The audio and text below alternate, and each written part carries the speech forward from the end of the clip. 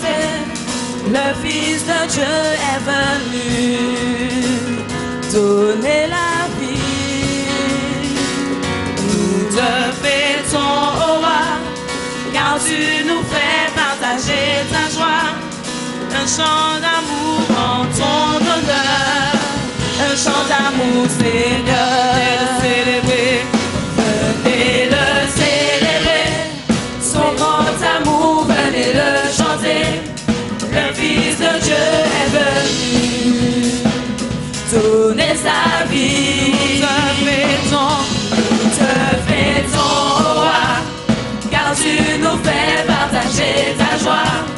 Un chant d'amour en ton honneur, un chant d'amour, Seigneur. Célébrer, venez le célébrer, célébrer, célébrer, chanter, célébrer, chanter notre roi.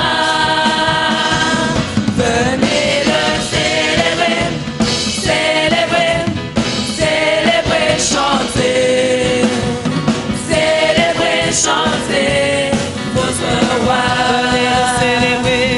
Venez le célébrer, son grand amour, venez le chanter. Le Fils de Dieu est venu donner sa vie. Nous te fêtons au roi, car tu nous fais partager ta joie. Un chant d'amour en ton honneur, un chant d'amour, Seigneur. On a vu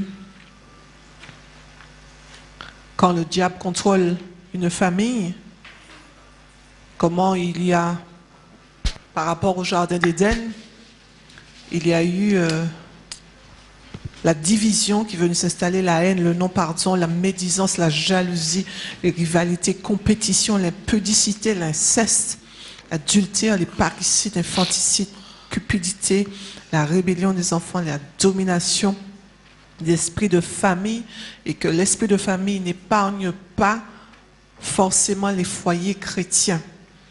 Je voulais quand même revenir légèrement sur l'esprit de famille parce que tout le monde n'était pas là hier soir.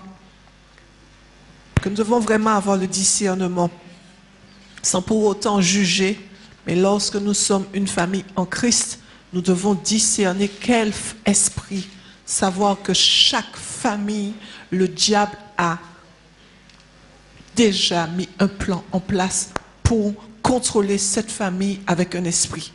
Et ça peut être un esprit de haine, ça peut être un esprit de division. Vous voyez, ça part de là et ça se propage d'enfant en enfant. Il y a de la division, des querelles, des animosités, de la jalousie et souvent des fois des esprits de contrôle. Vous savez, des fois dans des familles, il y a des leaders. Bien aimé, que nous soyons, que vous soyez des leaders spirituels. Que des leaders spirituels, pas des leaders dans vos familles qui contrôlent. Vous ne devez pas avoir forcément toujours le dernier mot.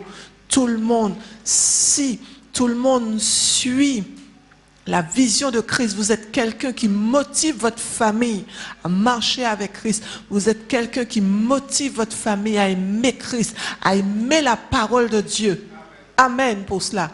Mais si il y a un esprit de contrôle où vous voulez contrôler, c'est vous qui avez toujours le dernier mot. Ou pas, je dis vous, mais pour que chacun puisse se remettre en question. Mais ça arrive dans des familles qu'il y ait des parents qui ont un esprit de contrôle.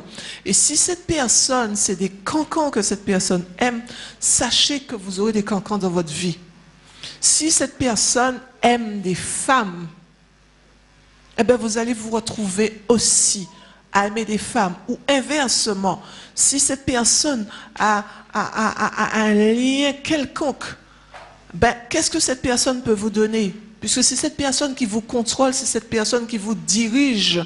Si elle vous dit d'aller à droite, vous allez à droite. Et souvent, bien aimés, ce sont les esprits de famille. Je disais, je bénissais Dieu pour toutes les familles qui sont en ce lieu. Je bénis Dieu pour toutes les familles qui sont en ce lieu. Mais quand il y a un esprit de famille. Et c'est là qu'on voit qui est contrôlé par un esprit de famille. On voit tout de suite qui est contrôlé par un esprit de famille. Si dans l'église, il y a une grande... Nous sommes tous une grande famille. Mais je parle d'une famille de sang. Vous êtes dans une famille de sang dans l'église. Et qu'il y a un leader. Et que ce leader n'est pas délivré. Sachez que si cette personne a un problème dans l'église, vous n'allez pas pouvoir rester. Pourquoi? Parce que cette personne va vous mettre la pression tant que vous n'avez pas laissé l'église. Elle sera après vous. Et si vous ne partez pas de l'église, vous êtes mis en quarantaine. On vous met de côté. On ne vous parle plus. On vous met dans un état où vous allez souffrir. Vous allez souffrir parce que vous aimez cette personne. Elle vous met en quarantaine parce que vous devez vous soumettre à sa volonté. Bien-aimés, il ne faut pas que ces choses arrivent. Nous devons prier. Je disais hier soir, il ne faut pas se voiler la face et dire « tout va bien dans ma famille ». Il n'y a que chez les autres que ça ne va pas. Ou encore, c'est comme ça que ma famille a été ou fonctionné. On ne peut rien y faire. Et d'ailleurs, qui suis-je pour penser que les choses vont s'améliorer par ma prière? Oui, les choses doivent s'améliorer par ta prière. Amen. Ou mon mari ou ma femme ne va jamais changer. Oui, il va changer. Mes enfants ont déjà pris un mauvais pli, c'est fini. C'est pas vrai, c'est pas fini. C'est pas fini. Avec Dieu, tout est possible à celui qui croit. C'est mon frère qui a toujours le dernier mot, ou ma soeur qui a le dernier mot, ou ma tante, ou mon oncle. Je ne veux pas déplaire à mon oncle, à ma tante, à mes parents, à mes cousins. Oui, si c'est pour Christ, tu dois déplaire. Je disais que si vous vous laissez happer par un esprit ou des esprits de famine, vous risquez de laisser l'esprit ou ces esprits vous détruire. Ils sont subtils, car ils se cachent derrière les compromis, les peurs, le manque d'assurance, de confiance en soi, la recherche d'estime, la crainte de l'homme, la peur de la solitude. Quand on a peur de rester seul, on se laisse contrôler par un esprit de famille.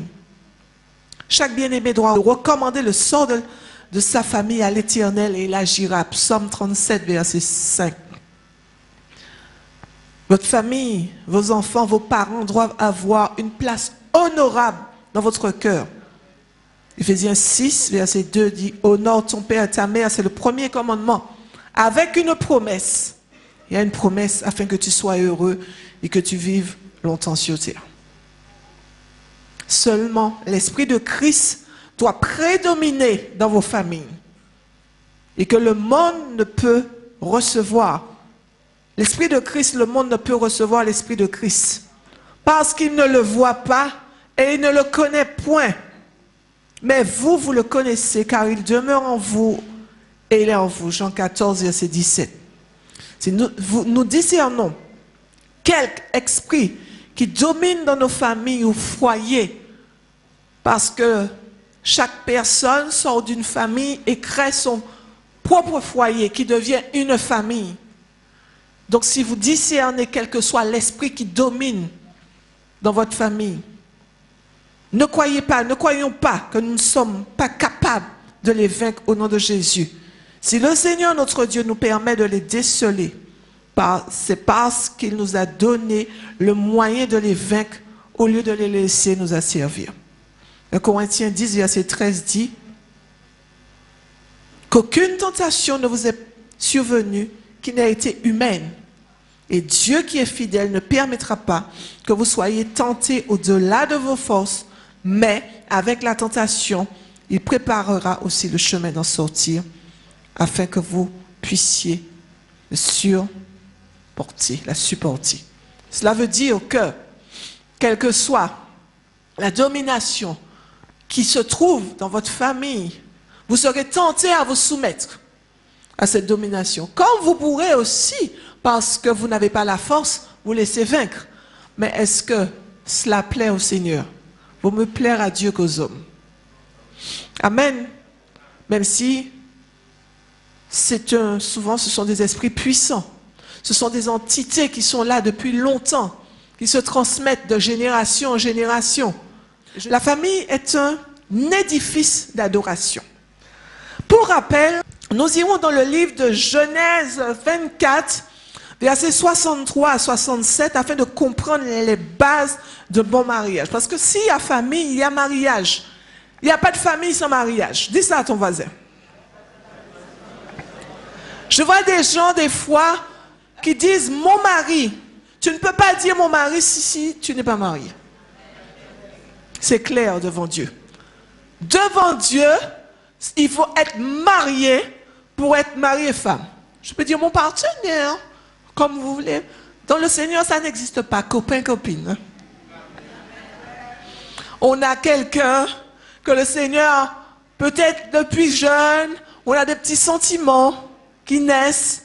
On lira ce texte dans Genèse 24, versets 63 à 67. Un soir, Isaac, nous savons qu'Abraham ne voulait pas que son fils Isaac épouse n'importe qui, pas de femme étrangère. Et il voulait que son fils épouse une femme de sa généalogie, du même sang. Il ne fallait pas aller vers des femmes qui adoraient des dieux étrangers. Et un soir, donc il a envoyé son serviteur dans son pays, dans sa nation, chercher une femme qui était de sa famille. Hein? Mais bon. Un soir qu'Isaac était sorti pour méditer dans les champs, il leva les yeux et regarda, et voici des chameaux arrivaient. Rebecca leva les yeux, vit Isaac et descendit de son chameau. Elle dit au serviteur, « Qui est cet homme qui vient dans les champs à notre rencontre ?» Et le serviteur répondit, « C'est mon Seigneur. » Alors elle prit son voile et se couvrit. Le serviteur raconta à Isaac toutes les choses qu'il avait faites, parce qu'il y a eu tout un processus de signes.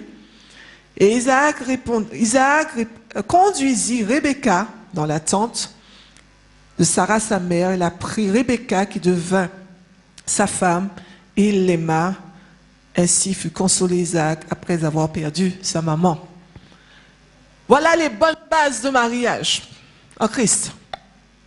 Voyez, Rebecca, quand elle a vu son prince charmant, elle n'a pas enlevé le voile. Combien de jeunes femmes aujourd'hui, à peine qu'elles connaissent le bonhomme, elles sont déjà prêtes à se découvrir? Hein? Il y a des femmes ici en ce lieu ce matin. Il n'y a pas de femmes, il n'y a que des hommes. Jeune femme, jeune homme, faites les choses comme Dieu veut que ça se fasse. Ne vous découvrez pas avant le temps. Rebecca a mis son voile. Elle s'est couverte. Et c'est après. Alors le mariage, c'est vrai que ce ne sont pas les hommes qui marient, hein, c'est le mélange de sang qui fait le mariage, qui est l'alliance. La mairie proclame civilement, dit les choses civiles, l'homme de Dieu bénit, mais le mariage, cela veut dire que si vous vous mariez avec, vous dites que vous vous mariez avec quelqu'un, vous êtes passé à la mairie, vous êtes passé devant le pasteur, mais il n'y a pas eu de mélange de sang, vous n'êtes pas marié. Le mariage, c'est le mélange de sang, c'est l'alliance. Amen. Vous n'êtes pas d'accord? C'est ça le mariage. Alors il y a des gens qui disent, voilà, Rebecca et Isaac ne sont pas passés devant monsieur le maire, donc moi je n'ai pas besoin de passer non plus devant monsieur le maire.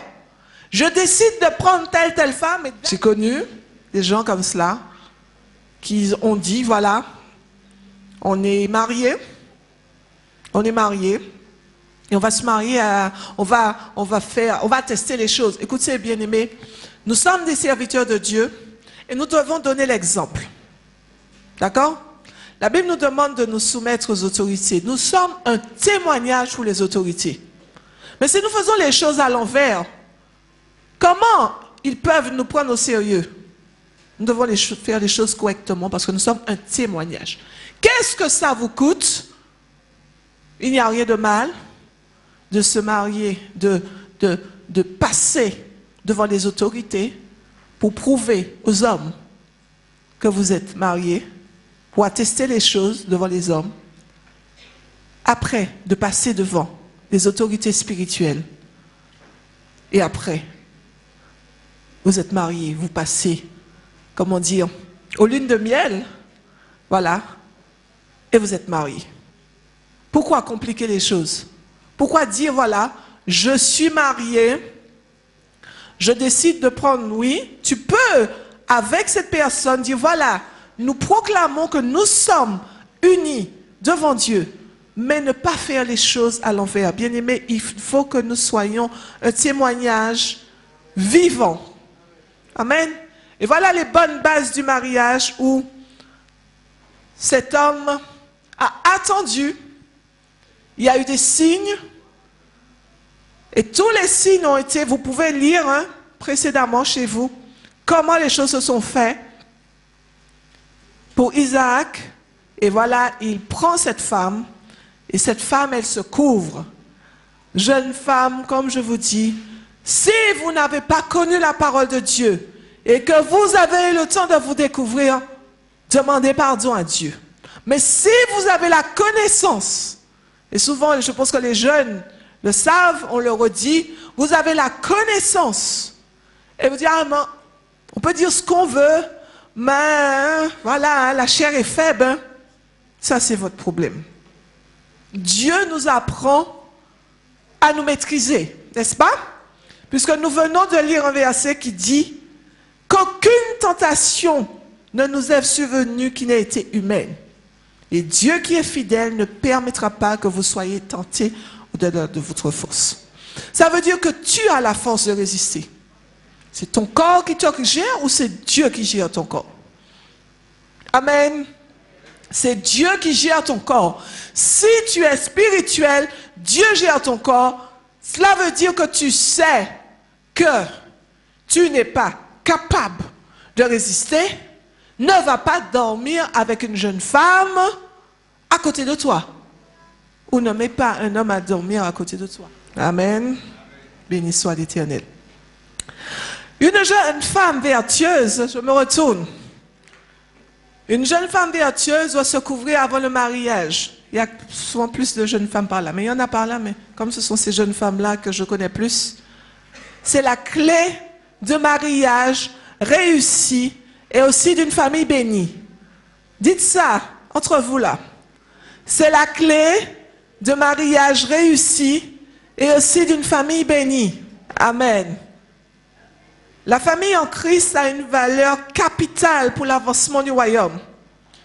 Dans l'épître de 1 Pierre 2, verset 4, il dit « Approchez-vous de lui, pierre vivante, rejetée par les hommes, mais choisie et précieuse devant Dieu.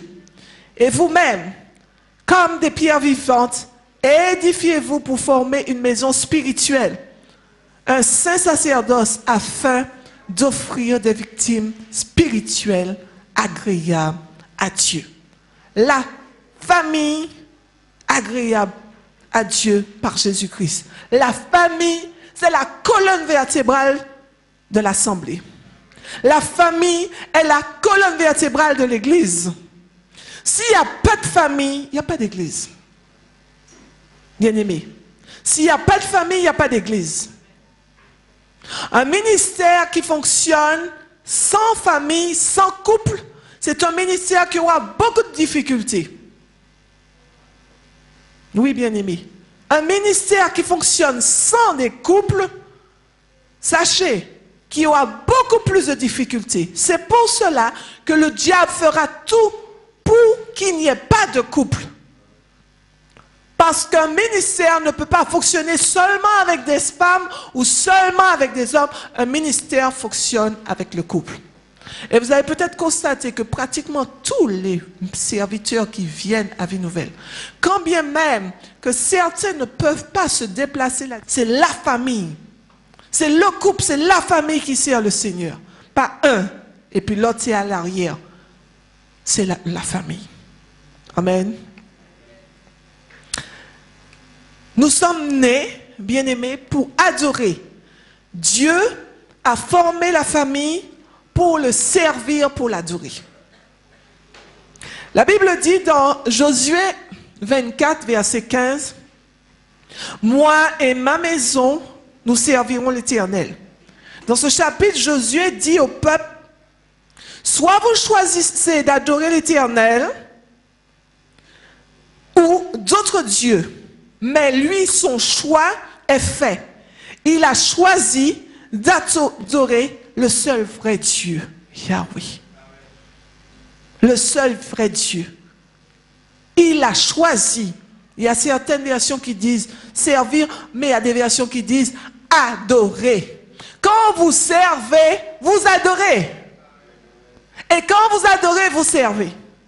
On a tendance à penser que le service aussi, c'est, vous savez, ton adoration à Dieu se manifeste de diverses manières. Je nettoie la salle, je chante. Quelle que soit la chose que je fais, j'adore mon Dieu. C'est parce que j'adore mon Dieu que je suis à son service. Le service, c'est l'adoration. Quand une famille sert Dieu, c'est une adoration. Quand une famille adore Dieu, c'est un service pour la gloire de Dieu. Lucifer était un archange dans la gloire du Père. Il était aussi celui qui était responsable de la louange et l'adoration. Il connaît la dimension du service. Et c'est pour cette raison qu'il ne veut pas que le peuple adore Dieu. Il fera tout pour qu'il l'adore lui. Le peuple d'Israël n'a cessé d'adorer Satan au travers de d'autres dieux. Et c'est encore sa motivation de nos jours.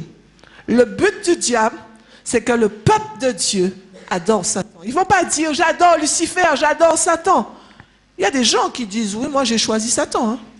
Vous voyez, il y a des gens qui ont décidé.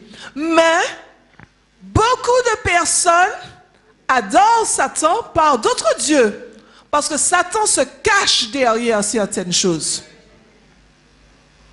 Et on dit non, moi je n'adore pas Satan. Mais pourtant, on adore Satan par autre chose. Dans 2 Thessaloniciens 2, versets 3 à 4, que personne ne vous égare d'aucune façon. Car ce jour n'arrivera pas avant qu'éclate le grand rejet de Dieu, l'apostasie, et que soit révélé l'homme de la révolte qui est destiné à la perdition. L'adversaire qui s'élève au-dessus de tout ce qui porte le nom de Dieu et de tout ce qui est l'objet de vénération religieuse, d'adoration. Il ira s'asseoir, il ira jusqu'à s'asseoir dans le temple de Dieu en se proclamant lui-même Dieu. Et c'est ce qui se fait aujourd'hui. C'est ce qui se fait aujourd'hui. Bien aimé encore, le discernement. Parce que le diable peut venir s'asseoir dans l'assemblée. Il veut la place. Il veut conduire l'adoration. Mais c'était à lui, cela. Et Dieu l'a enlevé dans ses mains, il nous l'a donné. Pensez-vous bien qu'il n'est pas content? Le diable cherche l'adoration. Et fera tout son possible pour que l'homme l'adore. Comme je disais, il va se cacher derrière toutes sortes d'objets, de culture. Le diable se cache beaucoup derrière la culture, la musique et autres, pour obtenir l'adoration. Ben oui, le carnaval. Mais qu'est-ce qu'il y a dans ça? C'est notre culture. Il y a toujours eu le carnaval en Martinique. Qu'est-ce qu'il y a dans ça? Vous savez, le piège du diable, je m'en rappelle certains moments, et on nous a demandé, il y avait quelque chose qu'ils avaient organisé, de faire un vêtement madras. Je lui avais fait faire une chemise madras. Donc c'était pour une activité bien précise. Mais en fin de compte, c'était déjà pour préparer. Oui, j'ai préparé le vêtement. Je lui ai donné. Et puis, quand le carnaval est arrivé, on m'a demandé de remettre le même vêtement pour lui. Je dis, c'est ça. Il n'est pas allé à l'école. On nous a même dit, ah oui, vous empêchez aux enfants de vivre. Parce qu'il faut mettre l'enfant en face de ses responsabilités pour voir où est le cœur de l'enfant. Est-ce que l'enfant suit Dieu parce que tu lui dis de suivre Dieu, ou est-ce que l'enfant est convaincu que Dieu est Dieu?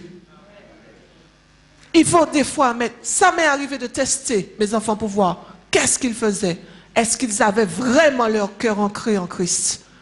Tu dis à l'enfant, oui, va, vous va. Mais l'enfant doit savoir si c'est de Dieu ou pas. Et si son cœur est là, il va y aller. Mais c'est ma maman qui m'a dit d'y aller. Je suis allée, j'ai eu l'autorisation de maman. C'est pas vrai, c'est parce que tu avais envie d'y aller que tu es allé. Philippiens 4, verset 8 dit, au reste, frères, sœurs aussi, que tout ce qui est vrai, tout ce qui est honorable, tout ce qui est juste, tout ce qui est pur, tout ce qui est aimable, tout ce qui mérite l'approbation, tout ce qui est vertueux, digne de louange, soit l'objet de vos pensées. Ça veut dire que Dieu vraiment t'a créé pour l'adorer, pour le louer, pour faire tout ce qui est correct. Dieu a établi une famille pour que la famille puisse l'adorer. Même dans les situations les plus éprouvantes, Dieu nous appelle à l'adorer. Nous avons l'exemple de Genèse 22, 4. Quand Dieu mit Abraham à l'épreuve, qu'est-ce qu'il dit à ses serviteurs? Il dit, restez ici avec l'âne. Moi et le jeune homme, nous irons jusque-là. Pourquoi faire? Il n'a pas dit pour sacrifier. Il a dit pour adorer. Et ensuite, ça veut dire qu'Abraham, dans son cœur, savait que Dieu aurait fait quelque chose. Il n'avait pas encore vu, mais il savait. Mais il a dit, il n'a pas dit, nous partons pour sacrifier. Il a dit que nous allons adorer. Ça veut dire que le sacrifice que tu fais, c'est une adoration à Dieu. Toute situation doit être sujet d'adoration. Notre vie doit être une vie de service, une vie d'adoration. Le diable connaît la valeur de l'adoration, bien-aimé. C'est pour cette raison qu'il cherche l'adoration de l'homme. Comme j'ai dit tout à l'heure, Josué a dit, moi et ma maison, nous servirons l'Éternel. Nous adorerons l'Éternel.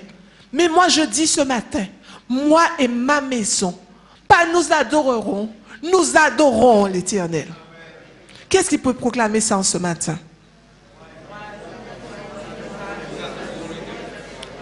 Amen. Moi et ma famille, j'adore l'Éternel. C'est à cela que ma famille, la famille d'Essylap est appelée. Adorer Dieu. Adore ton Dieu. Une famille qui sert Dieu est une famille bénie. Ceux qui ne veulent pas servir Dieu, vous avez beaucoup de... C'est dommage. On doit servir Dieu. Une famille qui sert Dieu est en bénédiction dans l'assemblée. La famille qui adore l'Éternel est une colonne pour l'édifice de Dieu. Bien-aimés, il faut utiliser ce que Lucifer avait à son pouvoir pour le vaincre. Lucifer, avec l'adoration, c'était le chef de la musique à côté de papa. C'est l'adoration, c'est la musique qu'il contrôlait. Bien-aimé, c'est l'adoration. Si l'adoration était sa force et sa responsabilité et que Dieu l'a enlevé entre ses mains, maintenant l'adoration doit être ta force. La force de ta famille. La famille doit adorer, c'est sa victoire. C'est sa force pour vaincre l'ennemi. La Bible dit car l'heure vient, et elle est déjà venue, où les vrais adorateurs adoreront le Père. Comment? Et elle dit, car ce sont les adorateurs que le Père demande. Dieu est esprit, et il veut que ceux qui l'adorent, l'adorent en esprit et en vérité. C'est ce que Dieu nous demande. Amen. Si le diable aime autant l'adoration et qu'il cherche à faire les hommes l'adorer par d'autres dieux, par toutes sortes de tactiques et de techniques, c'est parce que l'adoration a son importance devant Dieu. Cela veut dire, bien-aimé, il y a un livre, je crois que c'est Merlin Carothers qui a écrit ce livre, La puissance de la louange.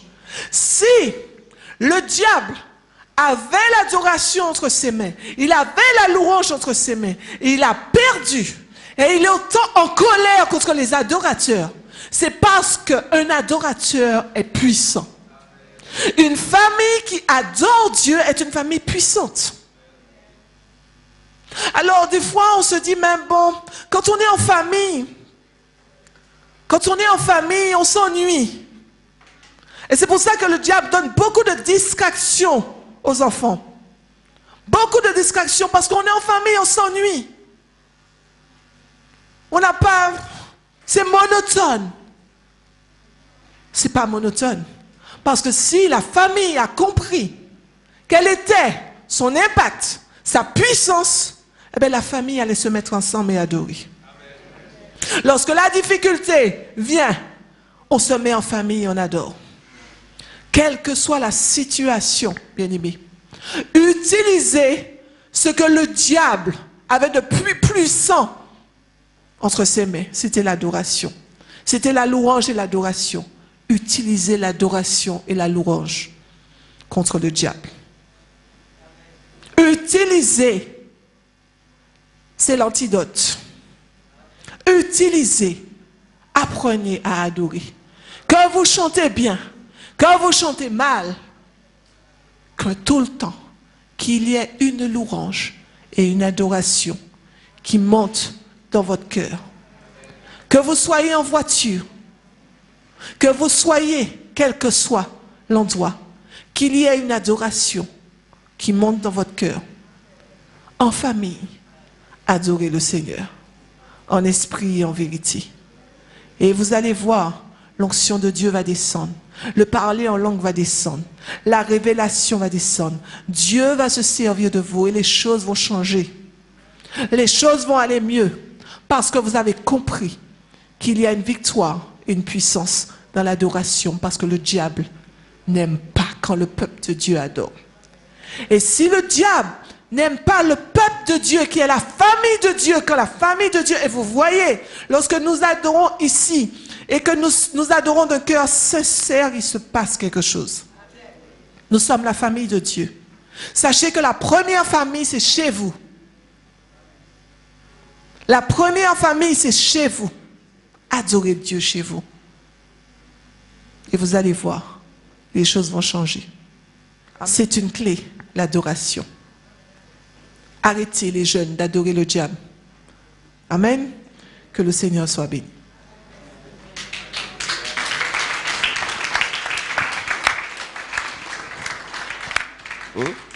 Nous avons vu que la famille est en péril, hein, et que le monde nous montre toutes sortes de choses, nous fait comprendre toutes sortes de choses, mais en réalité, ça engendre beaucoup de souffrance et beaucoup de désillusions. Amen. Et la question a été posée, mais quelle est la pensée de Dieu au travers de tout cela? Et nous avons vu toutes ces choses. Nous avons vu que comment est-ce que le péché est arrivé par l'intermédiaire d'Adam et Ève. Ce sont des choses que nous connaissons. Ok? Et à travers de cela, il y a eu rupture entre Dieu et l'homme. C'est là qu'il y a eu cette rupture, puisque au travers de la désobéissance, après il y a eu rupture entre les époux, l'époux et l'épouse, puisque bon ben, Adam même a reproché à Dieu de lui avoir donné une femme, pourtant lui qui se sentait seul, hein, qui avait besoin d'une femme, et lorsque le Seigneur lui a donné la femme, après, lorsque qu'ils ont péché, il a dit, oui, mais c'est la femme que tu as mis auprès de moi qui a fait ça, quoi. D'accord? Donc il y a une rupture, après, il y a une rupture entre les deux frères, puisque nous savons que c'est là qu'il y a eu le premier meurtre, au travers de la jalousie, parce que Dieu n'avait pas agréé l'offrande de Caïn, et Dieu a agréé celle d'Abel. Donc il y a eu jalousie, il y a eu irritation, et pourtant, comme je disais hier soir, Dieu lui avait parlé pour lui dire, mais voilà, si tu agis bien, ben voilà, tu relèveras la tête, mais si tu agis mal, il te dit que le péché est couché à ta porte. Mais parce que l'ennemi avait déjà pris son cerveau, avait déjà pris son esprit, mais il a été jusqu'à tuer son frère. Donc il y a eu rupture entre les frères. Après il y a eu rupture entre Caïn et ses parents, puisqu'il a dû fuir. Il était obligé de partir. Voyez comment est-ce que lorsque le péché est arrivé et jusqu'à maintenant, nous voyons que ces choses existent aujourd'hui. Hein? Problème entre les parents, problème entre mari et femme, problème entre enfants et parents, hein? Problème entre les enfants entre eux-mêmes. Et ça engendre beaucoup de souffrance. Aujourd'hui, comme je disais hier soir, aujourd'hui nous n'avons même plus la possibilité de parler à nos enfants. Pourquoi? Parce que si on essaie de leur parler, bon, ben, on peut se retrouver à du cos facilement. On n'a plus le droit de donner la fessée, on n'a plus le droit de reprendre. Mais devant ça, qu'est-ce que nous devons faire, frères et sœurs? Moi, je crois que le Dieu que nous servons, ce n'est pas un Dieu qui, comment dire, qui est là, qui nous a mis sur terre pour que nous puissions souffrir. Il nous a mis sur terre, mais pour que nous puissions, comme disait mon épouse, l'adorer et le servir. Amen. Donc si nous savons que l'ennemi cherche par tous les moyens à détruire les couples, l'ennemi cherche à détruire les couples parce qu'il n'aime pas cela. D'accord? Hein, pour lui, si on vivait dans le désordre, ben, il serait content de nous voir vivre dans le désordre. Et c'est pour cela qu'on a vu aussi qu'il y a plus de... En Martinique, on a vu qu'il y a 54% de personnes qui vivent, comment dire, maritalement, qui élèvent leurs enfants seuls, quoi. Hein? Et en France, il n'y a que 24%. Donc vous voyez que bon... on se pose la question de savoir, voilà, qu'est-ce qui se passe chez nous? Mais nous avons la possibilité de régler ces choses, frères et sœurs. Amen. Nous avons la possibilité de régler ces choses. Et je bénis le Seigneur pour sa parole, parce que nous savons que tout est dans la parole, tout est dans la Bible. Hein? Nous avons tout dans la parole qui nous donne comment dire, à nous remettre en question et à pouvoir gagner, parce que nous devons être des vainqueurs devant toutes ces choses. Amen. Nous devons être des vainqueurs devant l'ennemi. L'ennemi ne doit pas être vainqueur de nous. Nous sommes des vainqueurs, parce qu'il nous a dit que par toutes ces choses, nous sommes plus que vainqueurs par celui qui nous a aimés. Et ça, frères et sœurs, nous devons mettre ça en pratique. Nous sommes des vainqueurs. Ne dites jamais que vous êtes perdants. Ne dites jamais que vous êtes perdants. Nous sommes des vainqueurs. Même si l'ennemi veut nous faire voir le contraire. Même si le monde nous fait voir le contraire. Mais nous sommes des vainqueurs en Jésus-Christ. Amen. Et ce matin, nous allons voir cette troisième partie, le secret du bonheur dans la famille. Amen. Béni soit l'Éternel. Il est important qu'une famille qui vit dans le bonheur soit une famille en Christ. Amen. C'est important cela, frères et sœurs. Pour que nous puissions vivre vraiment cette vie de victoire, nous devons être en Christ. Au milieu de notre foyer, au milieu de notre mariage, Christ doit demeurer. Amen. Et ayant une vie d'adoration. Premièrement, on a vu tout à l'heure, une vie d'obéissance et de prière. Amen. Nous devons déjà obéir à la parole de Dieu, mais nous devons rentrer dans cette dimension de prière. Parce que tout ce que nous pouvons avoir, tout ce qu'un homme peut avoir, doit passer par la prière. Le Seigneur nous a dit, faites en toutes choses, toutes sortes de prières, de supplications, des actions de grâce. Amen. Et si nous ne prions pas, surtout pour notre famille, pour nos enfants, eh bien, nous ne pouvons pas voir la gloire de Dieu. Nous ne pourrons pas non plus voir la gloire de Dieu. Amen. Nous ne pourrons pas voir nos enfants changer. Vous êtes là avec moi ce matin?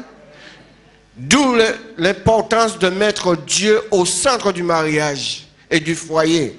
Et dans toutes les décisions. Et dans tout ce que nous allons entreprendre. Toutes nos actions. Il est important que le Seigneur participe dans tout ce que nous faisons.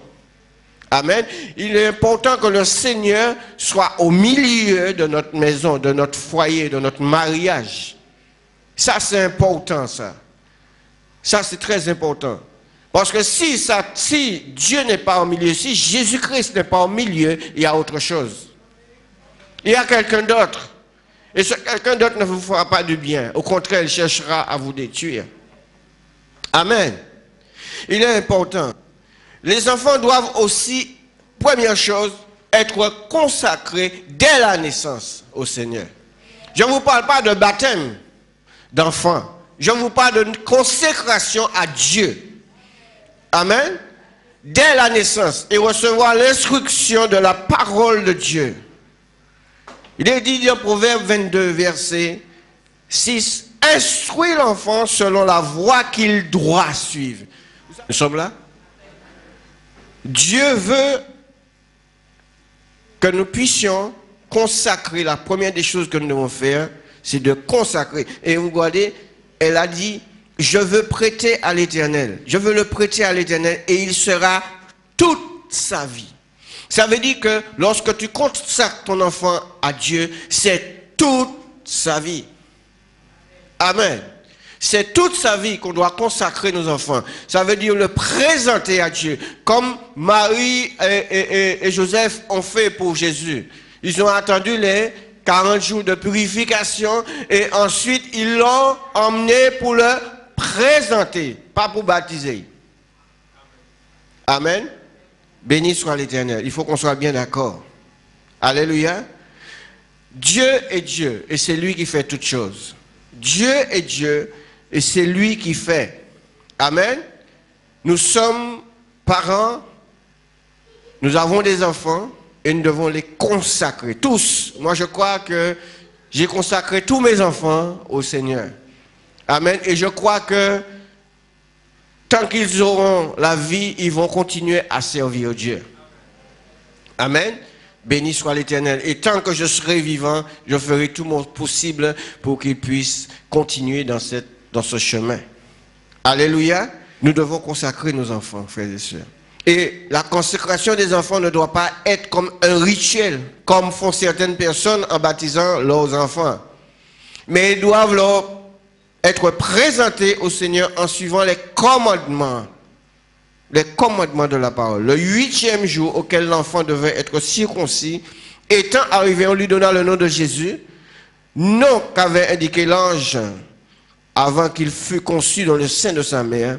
Et quand le jour de leur purification fut accompli, selon la loi de Moïse, Joseph et Marie le portèrent à Jérusalem pour le présenter au Seigneur. Nous n'avons pas besoin de faire de sacrifice de bêtes, hein? Simplement aller présenter l'enfant devant le Seigneur.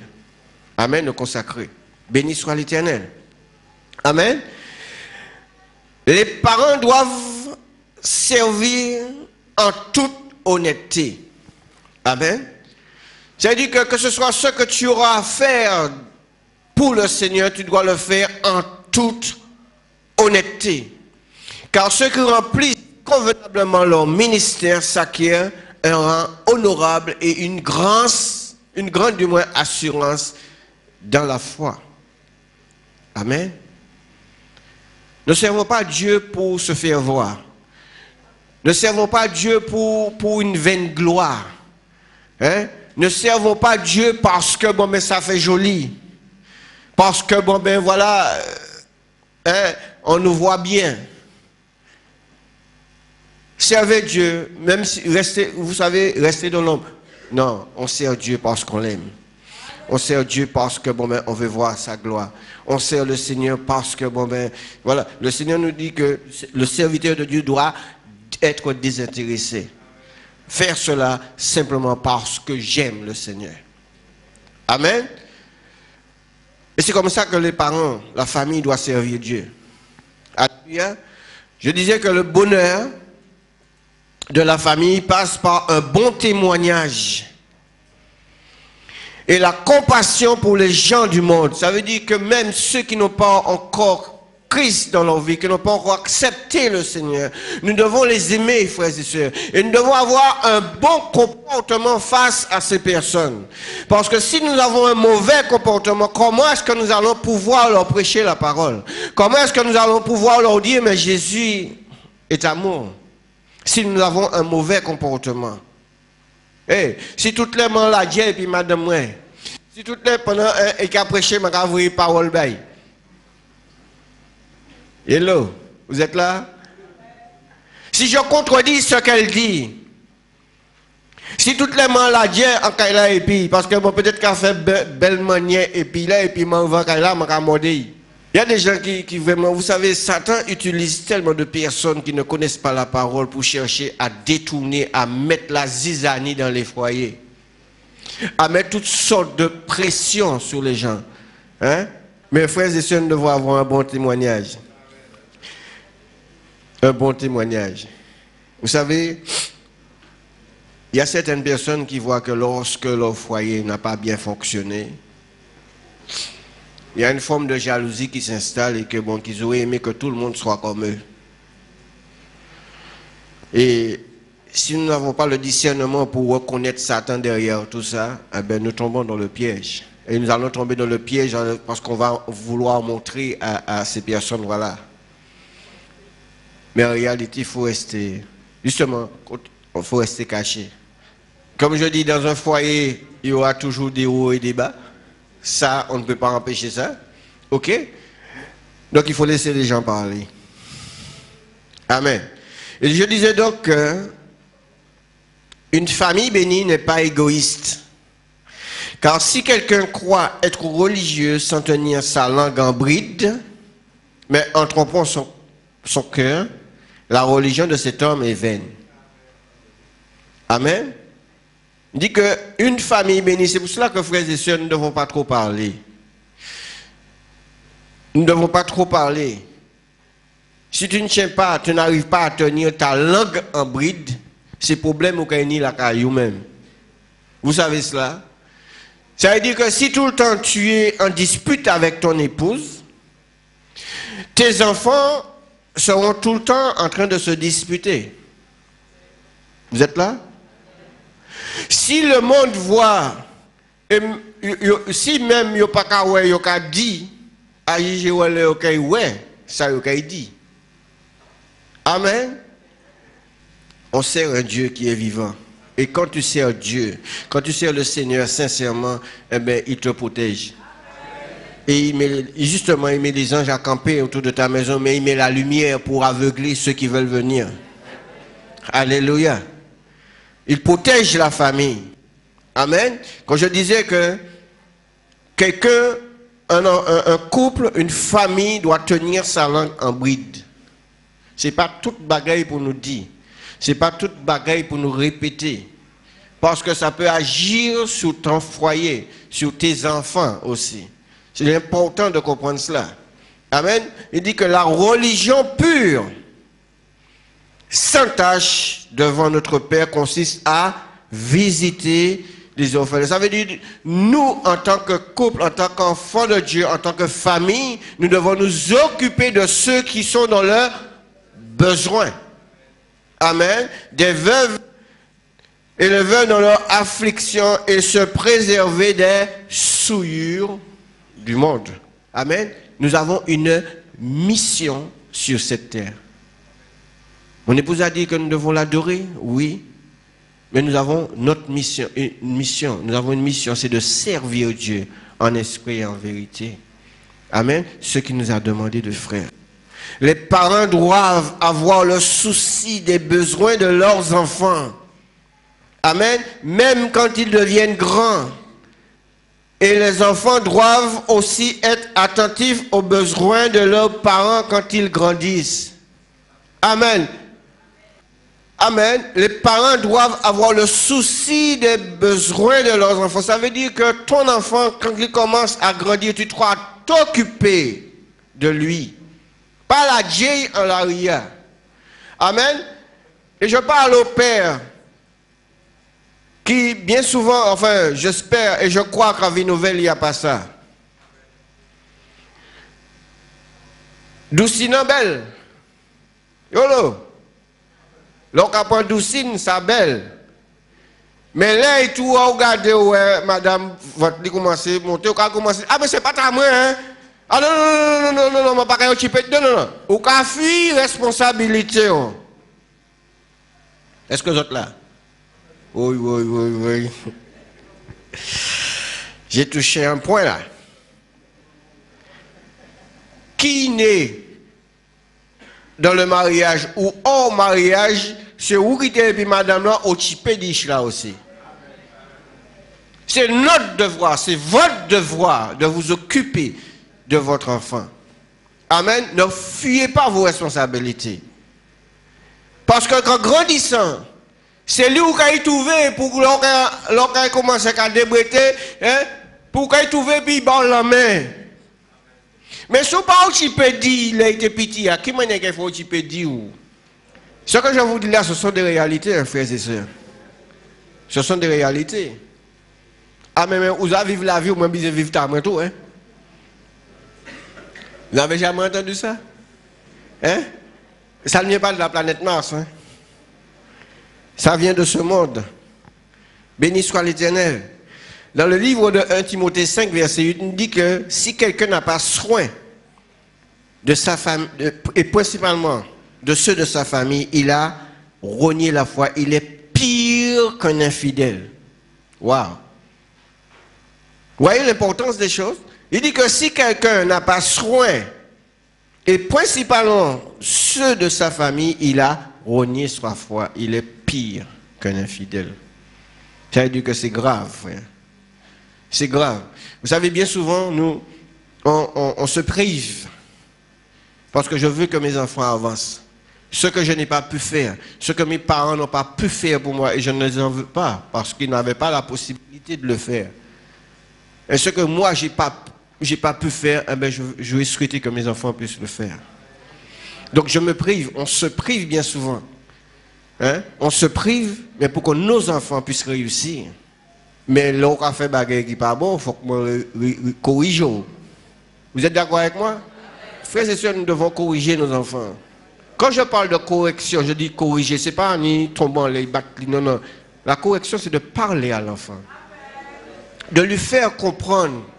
De lui dire, mais voilà, si tu vas là, ne passe pas par là parce que là, il y a un piège. Notre devoir en tant que parents, c'est d'éduquer nos enfants dans ce sens.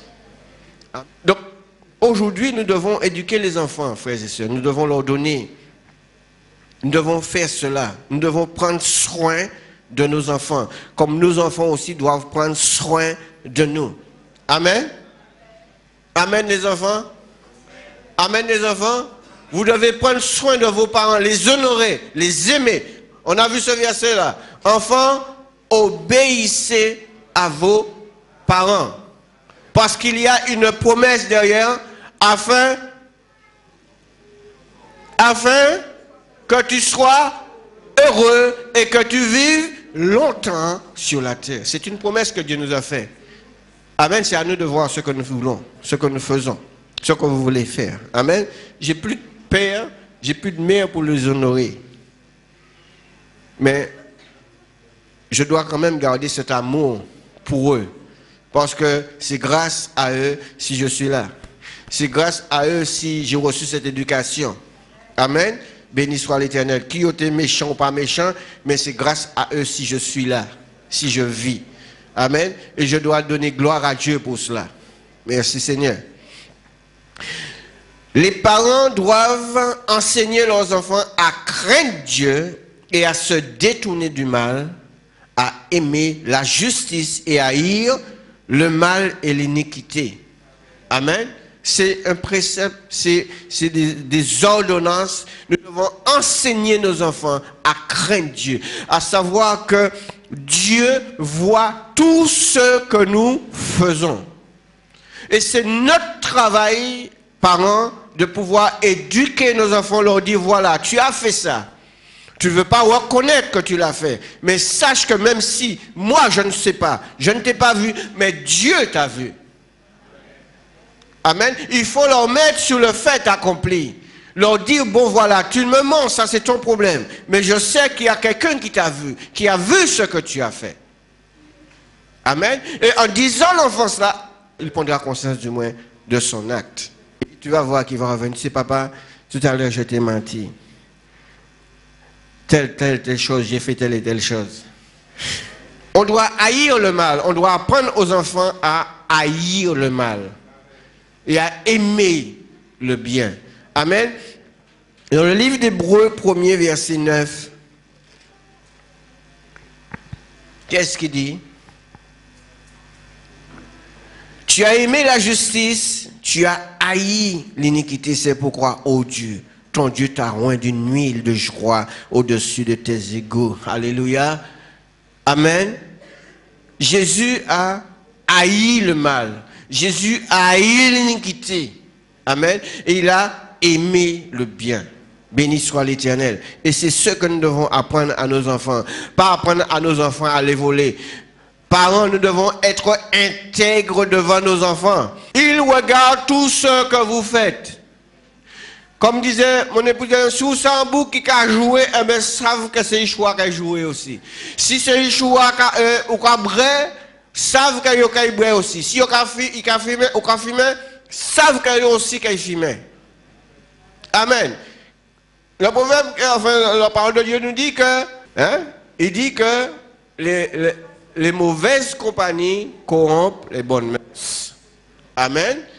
Ton enfant te voit faire quelque chose, tôt ou tard, il le fera aussi. C'est pourquoi nous, en tant que responsables, nous devons être d'accord avec nous-mêmes, un témoignage pour vous. Parce que si vous nous voyez faire des choses contraires à la parole de Dieu, c'est deux choses. C'est soit vous avez fui, vous avez dit, oh, pasteur, c'est un faux pasteur, ou sinon vous avez resté là, et si peut-être que ça et tout qu'a fait qu'après les autres, vous avez fait aussi. Un parent qui abandonne ses responsabilités ferme la porte au bonheur de sa famille. Si on lit dans Proverbe 28, verset 7, il me semble. Béni soit l'Éternel. Je crois qu'à partir d'aujourd'hui, nous aurons un autre travail à faire dans notre famille. Béni soit l'Éternel. Qu'est-ce qu'il dit? Celui qui observe la loi est un fils intelligent. Mais celui qui fréquente des débauchés fait honte à son père. Amen. Et ça, frères et sœurs, il ne faut pas que cela se fasse. Le Seigneur nous a donné des enfants et nous devons les enseigner. Nous devons nous occuper d'eux. Amen. Et nous ne devons pas fuir nos responsabilités. Ne pas négliger le culte familial en privilégiant l'adoration et la discussion autour du thème. Autour de thème du moins. Les sensibilisant à devenir meilleurs. Amen. On doit grandir, c'est vrai, mais nous devons, en tant qu'enfants de Dieu, nous devons marcher de gloire en gloire, amen, de victoire en victoire, de sanctification en sanctification. Amen. Inciter nos enfants à recevoir le baptême du Saint-Esprit et à développer une relation intime avec le Seigneur. Amen. Vous savez, beaucoup les enfants comptent sur nous. Les enfants s'appuient sur nous en pensant que, bon ben voilà, que nous allons pouvoir tout faire pour vous. Mais vous, enfants, vous avez un travail à faire. Amen. En connaissant Dieu, vous avez la possibilité d'avoir des relations intimes avec Dieu.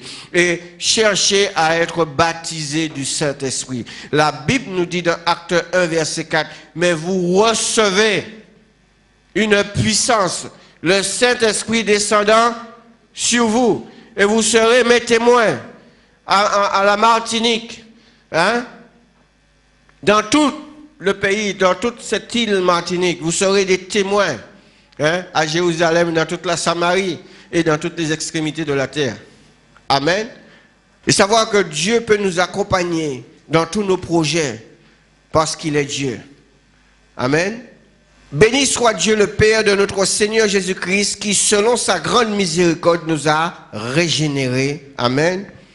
Pour une espérance vivante par la résurrection de Jésus-Christ d'entre les morts, pour un héritage qui ne peut se corrompre, ni se souiller, ni flétrir, lesquels nous vous est réservé dans les cieux.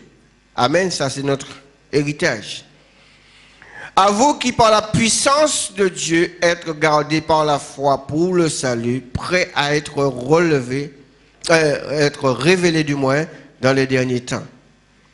C'est là ce qui fait votre joie, quoique maintenant, puisqu'il le faut, vous serez attristés pour un peu de temps. Est-ce que vous êtes là? Amen. Vous serez attristés. Ça, c'est ça qui arrive. Amen. Pour un peu de temps, par diverses épreuves. Vous êtes d'accord avec moi? Ça va arriver. Nous allons passer par différentes épreuves. OK? Et il dit que, afin que l'épreuve de votre foi, plus précieuse que l'or périssable, qui cependant est éprouvé par le feu, ait pour résultat la louange, la gloire et l'honneur lorsque Jésus-Christ apparaîtra. Lui que vous aimez du moins sans l'avoir vu, et en qui du moins vous croyez sans le voir encore, vous réjouissant d'une joie ineffable et glorieuse parce que vous obtiendrez quoi? Le salut de vos âmes pour le prix de votre foi.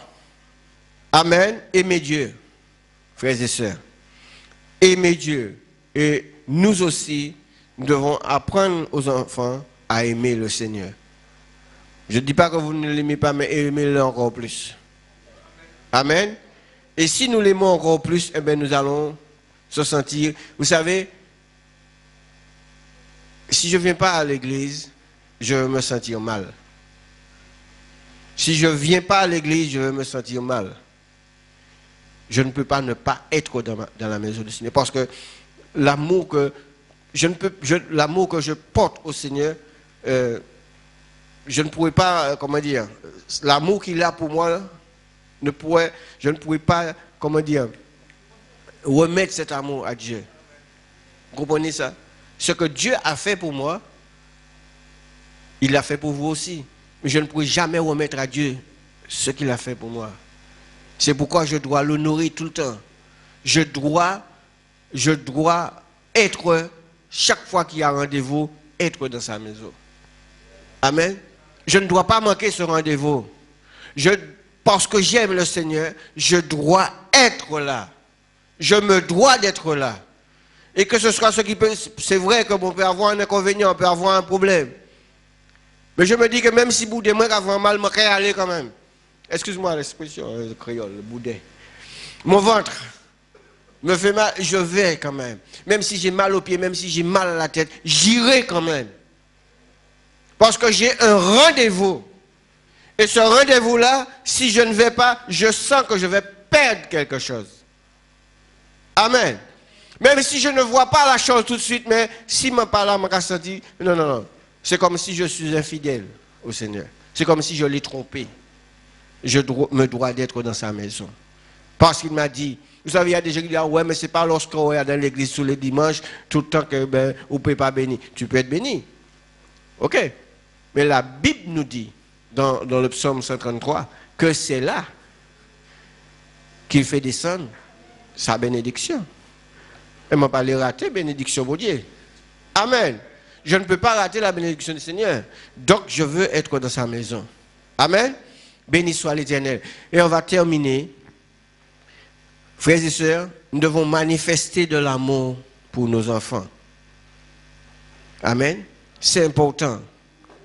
Même si on cirait, même si, voilà, tout le temps on crie, hein?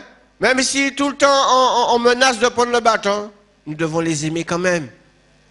Parce que c'est le Seigneur qui nous les a donnés. Et il ne nous a même pas donnés, il nous les a prêtés.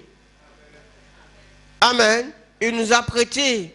Donc nous devons aimer nos enfants et montrer-leur que votre autorité est pour leur bien.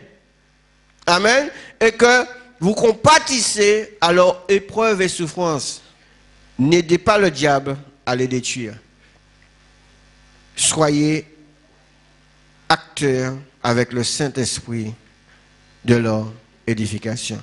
C'est pourquoi le Seigneur nous dit, c'est vrai que le Seigneur dit aux enfants, parce que les enfants ont des devoirs, d'accord? Ils ont des droits et des devoirs. Ça, on ne peut pas empêcher ça. La Bible nous dit, enfants, obéissez à vos parents. Ça, c'est une loi. Mais il dit plus bas, parents, n'irritez pas vos enfants, afin de ne pas les décourager. De peur qu'ils ne se découragent. D'accord? Donc, nous devons les aimer, nous devons leur montrer que lorsque nous faisons notre autorité, ce n'est pas pour les irriter ou quoi que ce soit, mais c'est plus pour leur bien. Amen. Alléluia, nous devons, comme dit, être des acteurs. Et nous devons aimer nos enfants, nous devons aimer notre famille, amen, nos proches, comme Christ nous a aimés et il nous aime. Amen. Aimez vos enfants, votre famille, vos proches, comme Christ vous a aimé et vous aime. Dans le livre de Jean, et on termine là-dessus. Merci Seigneur. Jean 13, verset 34. Merci Jésus. Qu'est-ce qu'il dit? Je vous donne un commandement nouveau. Aimez-vous les uns les autres. Amen. Comme je vous ai aimé, vous aussi aimez-vous les uns les autres.